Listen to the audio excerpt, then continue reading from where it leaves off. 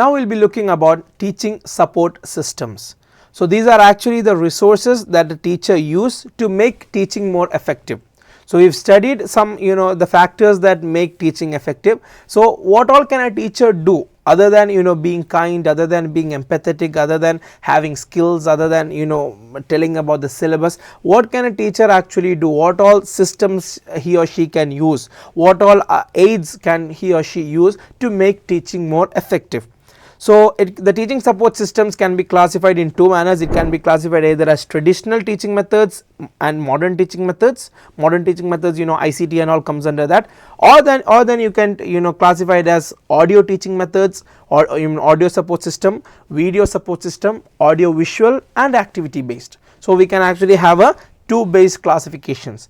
So according to time, we can say, according to time or according to development, we can say that traditional teaching methods or ICT based teaching methods, or according to the manner in which they are taught, we can say that audio aids, video aids, audio visual aids, or activity aids.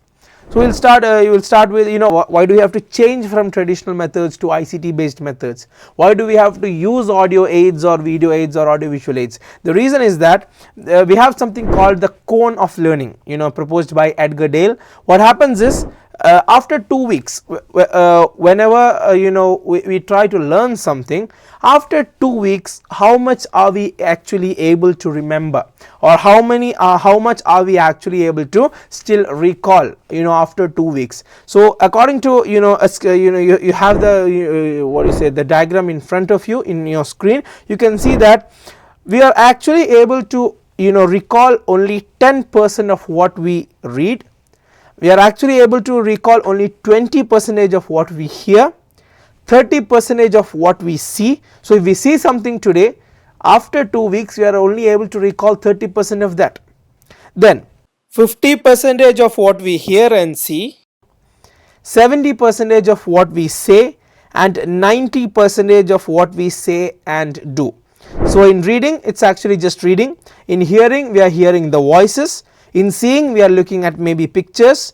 In hearing and seeing, we are watching a movie, looking at an exhibit, we are watching a demonstration, we are seeing it done on location, we are seeing it live. 70% of what we say, that means we are participating in a discussion, we are giving a seminar, we are giving a talk somewhere, and we are actually able to remember 90% of what we act. That means what we say and do, means doing a dramatic presentation, simulating a real experience, or doing the real thing. So what happens here is, the teacher is trying to give some teaching support methods so that a student is able to remember, a student is able to recall, a student is able to understand most of what he has learned. So if just teacher is reading something out and the student is listening, after 2 weeks he or she will be able to understand, or he or she will be able to remember only 10% of that. If the student is reading himself, he or she will be able to understand only 10% of that. If he or she is hearing voices, he or she will be able to remember only 20% of that. That is not actually what we want. We want them to remember, we want them to understand most of the things that they have learnt. So we want it actually to reach 90% or maybe 100%. So that is why we actually use these audio visual aids. That is why we use this ICT based methods. So let's come into the topic. So what are the different types of audio aids, video aids, audio visual aids, or some activity aids? So there are not much explanation about it because most of these things are very familiar to you. Just a classification is needed. In audio aids, we have radio, recorders, and audio CDs. So actually we don't use these audio aids in classrooms right now, because the videos themselves have audios, the projectors or the computers used in the classroom already have audios. So we don't actually use exclusive audio aids like radio, recorders, or audio CDs right now, but just for understanding, these are the audio aids that we have. Then we have visual aids. The first one is slides, which we can create using PowerPoint or Google Slides or anything like that. Charts and graphs. Then we have posters or pictures, diagrams, blackboards, whiteboards, bulletin boards, projectors, etc. So all these are visual aids. We can actually see. So when we see, we are actually able to remember more, because the visual impact will be stuck in our head for a long time. Then we have audio visual aids. We have films, puppet plays, cartoons, role plays, TV channels, online videos, etc. So because of this, what happens is we are able to see, we are able to hear, we are able to watch a motion, watch a picture, a motion picture, a picture in motion. We are able to watch advertisements, we are able to watch films, so that we understand it better. Then the last one is activity based aids. So what happens is we go on a field trip, we go on experimentation, we go for industrial visits, so that the child or the children will, the students will able to be able to handle more information on their own. When they go to an industry and study about it, they won't forget it for a long time. Okay, so when they go on a field trip, they won't forget it for a long time. So these are different types of aids that a teacher can use to make a classroom more effective. Now coming to the next categorization, we have the traditional methods as well as the ICT based methods. The traditional methods, talking about the traditional method, it's a basic method. It's also called the chalk and talk method. We write something on a board with chalk, we talk to the students. Finished, that's it, simple. But what happens is, as it goes on, it becomes more and more boring for the student. The student, they need something more. The new generation students, they demand more. So just the chalk and talk method, it's not going to work anymore. So what happens is, this thing is just based on recitation and memorization. Nothing understanding, no activities, nothing like that, just recitation and memorization. It focuses more on the teacher than on the students. So the teacher writes something on the board, the students copy it. The teacher says something, the students listen to it, finished. So it focuses more on the teacher than the students. The teacher carries too much responsibility of teaching them, so it becomes a burden for the teacher also.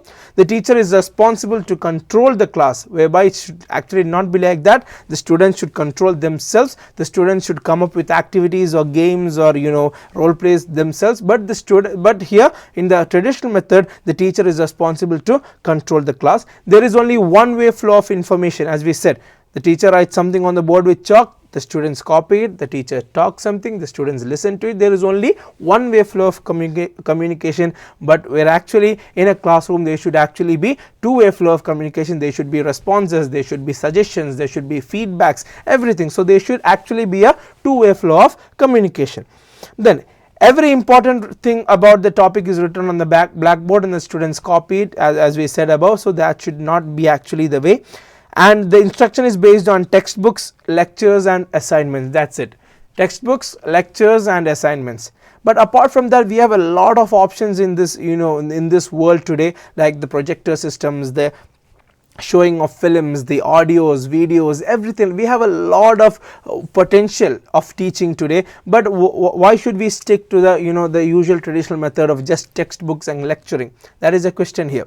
And the main objective of traditional teaching is to pass the examination, but whereby today the objective of education is not to pass the examination, but to inculcate or to give something to the students that will make their future brighter, that will make them create something new on their own. But the traditional teaching, it focuses only on passing the examinations. So it is actually, we have to we have to evolve from the traditional teaching into something more.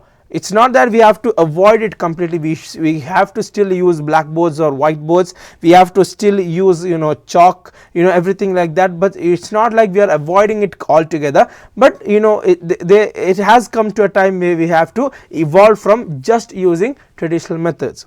So what are the different tools used in traditional methods? We use blackboards, textbooks, charts, maps, just some images and posters maybe. Some science lab models and apparatus, workbooks, drawing books, dictionary and encyclopedias, puzzle books, GK books, etc. So all these mainly textbooks, puzzle books, workbooks, knowledge books, art books, drawing books, dictionary, all these it's based on books, something like that, just everything like that. Or maybe you have your chalkboards or your whiteboards or blackboards, that's it. So everything is based on books or just lecturing stuff. So apart from that, we have come to ICT based learning. In ICT based learning, what happens is, the second one is ICT based learning, is the use of computers, laptops, technology and internet to drive the classrooms or to teach in the classroom. There is smart interaction between the students and teachers. The teachers show something on the board or show something on the projectors that the students can see it. They ask questions, they discuss among themselves, maybe a funny video, it will increase the interest in the classroom. So anything is possible. The use of microphones for delivering lectures in the classrooms, the emphasis of understanding the concept. So for understanding the concept, lecturing is not enough. Activity based, audio visual based. So when we show something them through video, they actually understand the concept. So actually what happens is there should be a collaborative learning, ICT based and along with that traditional based, combine it together, you will get a good collaborative teaching method. So there are some few teaching techniques on ICT based or modern based technology. There are flipped classrooms. What happens is the students go beyond their normal boundaries and explore the lesson before the teacher comes. So even before the teacher comes inside, the students learn everything. So what normal classroom, what happens is the teacher enters the class, then tells something, then the students learn. So in the flipped classroom, what happens is even before the teacher comes to the classroom, the students learn all about it and then wait for the teacher to explain so that they have much more clarity. That's it. Then the next one is design thinking and creative ideas, mind maps, gamification. Gamification means learning through games or quizzes or hunt games or something like that. Then free online learning tools, ICT based teaching methods like virtual reality, virtual labs, open resources, etc. Then open online courses. So these are some techniques that the teacher can use to inculcate ICT based learning in the teaching process. Then what are the tools? We know the tools used in traditional technology, that the traditional method that we said, the whiteboards, chalkboards, textbooks, workbooks, art books, drawing books, dictionary books, everything else. So in ICT what happens is there are ICT based devices. We have laptops, we have the tablets, mobile phones, electronic notebooks, electronic readers, etc. We have educational games, online puzzles, online quizzes, etc. Audio visual teaching aids, CDs, DVDs, projectors, flash drives, pen drives, everything like that. Then educational games, educational programs, interactive whiteboards, interactive programs, then live classes through video conferencing or audio conferencing, various electronic devices like augmented reality, virtual reality, learning management system, etc. So what happens is we have to have a normal combination or a very good combination of traditional methods, and we have to have a good combination of ICT methods, combine them together and then take class in a way that the teacher is comfortable as well as every student in the class is comfortable. So these are some teaching methods. We started with what a teaching support system is. We started with why we should have a teaching support system, because you saw the diagram. A student is able to remember only 10% of what they read and actually 90% of what they do. So that is why some teaching support methods are very necessary in the new age of teaching and learning. Then we studied about the different audio aids, visual aids, audio visual aids and activity based aids. Then we studied about what the traditional concept of teaching is or the traditional method of teaching is, and what the ICT method of teaching is, and the tools used in traditional methods as well as ICT methods. So as a teacher, what we are supposed to do is we have to find a right combination. It is different for different teachers. We have to find the right combination according to our students and then use it in our class so that everyone will be able to understand better the things that we are teaching in class or the lessons that we are teaching in class.